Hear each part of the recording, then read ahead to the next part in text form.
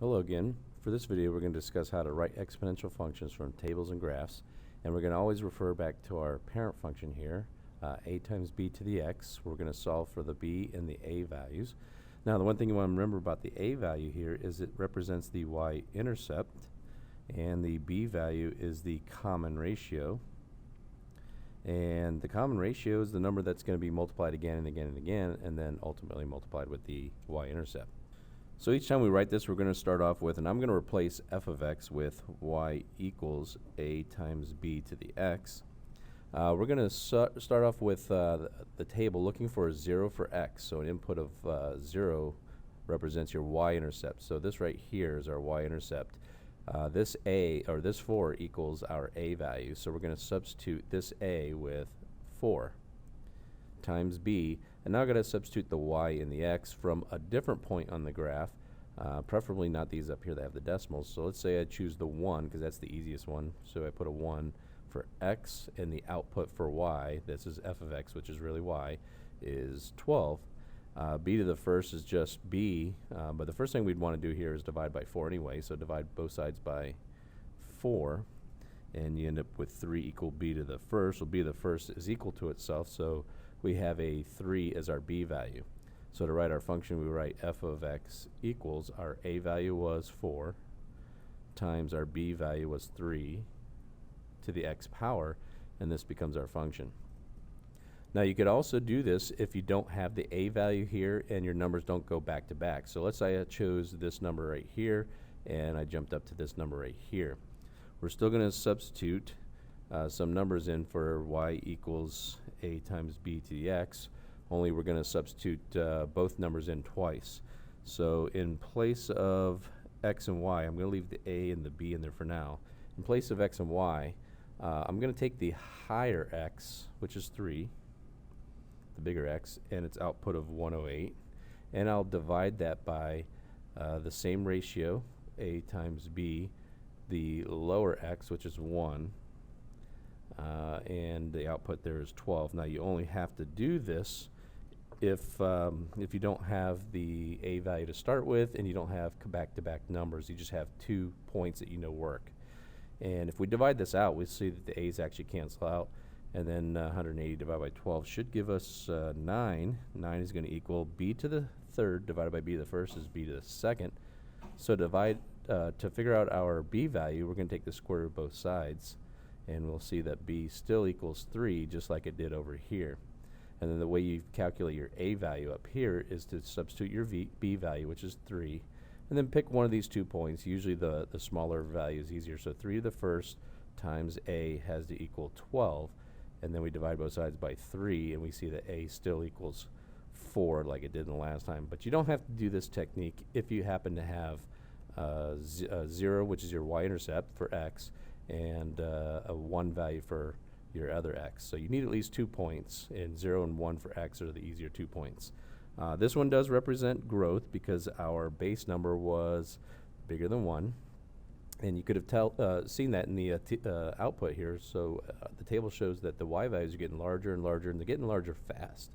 If we look at this one right here, they start off kind of large, but they're getting small. So this one tells me that we're going to be looking at a decay. So we're going to do the same thing. We're going to identify a. So a is going to equal, where is it, 3, so 0, 3.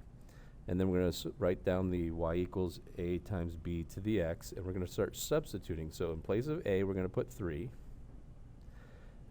And normally we go and pick 1, but I have a decimal value here, so I'm going to prefer to use -1 and 15. So times b to the -1, and I have an output of 15. And we're also going to divide by 3 on both sides, so that gives us 5 equals b to the -1 power. Now here's what we got to remember. Negative exponents, so if I have b to the -1, it's actually equal to 1 over b to the +1. So if I want to make this a +1, I have to take the reciprocal of what we're looking at right here. So b to the first is actually going to equal 1 over 5. And that's the only difficult part about these, is remembering that we have a reciprocal in these negative exponents. So our a value was 3, our b was 1/5, so our function is f of x equals a value of 3 times 1/5 raised to the x power. And let's not forget that that whole thing's being raised to the x power.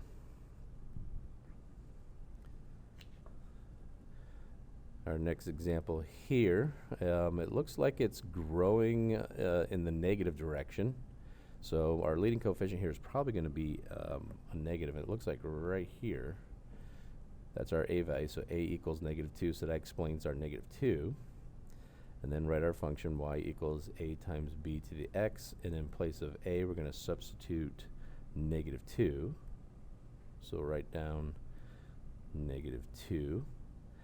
And the b value, we don't know what that is, so we're going to try and figure it out. So over here, we're going to write down, let's see, 1 and -10 is a good one. So we'll put b to the first power, and the output for y is -10. And divide both sides by -2. And -10 divided by -2 is going to give us 5. 5 is equal to b to the first, which is our b value. So we have our function of f of x equals -2, that's what our a value was, times 5 raised to the x power. So this looks like a growth function that's been inverted due to the negative sign. For our next example, we're going to use a graph and take the points off the graph. We're going to do the same thing as we did before, y equals a times b to the x. But our a value is going to be where our x is 0, so that's our a value, so a equals 3. So we'll come back up here and put 3 in its place. And we have a 1, an x value of 1 right here, so this x value becomes 1, and the output is 6. Output is 6. So instead of y, I could have had f of x here. Divide both sides by 3, and you end up with 2 equal to b to the first. So our b value is 2, our a value is 3. Our function is simply f of x equals 3 times 2 to the x. And if you wanted to, you could also use this function to create the numbers here by substituting 0, 1, 2, 3, and so forth. But let's say we don't, you can see we don't have a 4 on the table, so if we wanted to know what the 4 value was, we would input a 4 here, 2 to the 4th, and then times 3. But what you might notice is as the graph goes up from 0 to 1, it goes from 3 to 6, and then from 6 to 12, and 12 to 24. So each time x is going up by 1, the y values are doubling, and that's because of this base number times 2 each time. So if we wanted to put in a 4, all we got to do is take the 24 that's right here for the 3 and times it by 2, and we get 48. So you can keep graphing if you needed to, but this is the actual function right here. This one appears to be a decay function, and let's identify our a value. A value is 0, 4, so a is 4. So write down our function, y equals a times b to the x. And in place of a, we're going to put 4. We don't know what b is, but we can substitute x and y. We can substitute it with -1, or we can substitute it with -2. -1 is probably going to be the easier one to go with, so we'll put a -1 in there, put a 10 on this side. Divide both sides by 4, but what I'm going to do here, because I have a negative exponent, I'm looking for a reciprocal. I'm not going to actually divide these, I'm just going to simplify it. So simplify that to 5 over 2 equals b to the -1. Now you can't have b to the -1, you can have b to the +1. So the way we fix that is call it b to the +1, and then we just flip this number over and we get our reciprocal of 2/5. So our b value is actually 2/5, creating a decay like this, because it looks, as it looks right now, this number is actually bigger than 1, which would cause our graph to go upwards this way like a growth. And we can see in the picture it's not growth, it's decay. So if I flip this over, I get 2/5. So our function is f of x equals, the a value was 4, times our b value of 2/5, which creates a decay function raised to the x. And this is our final answer.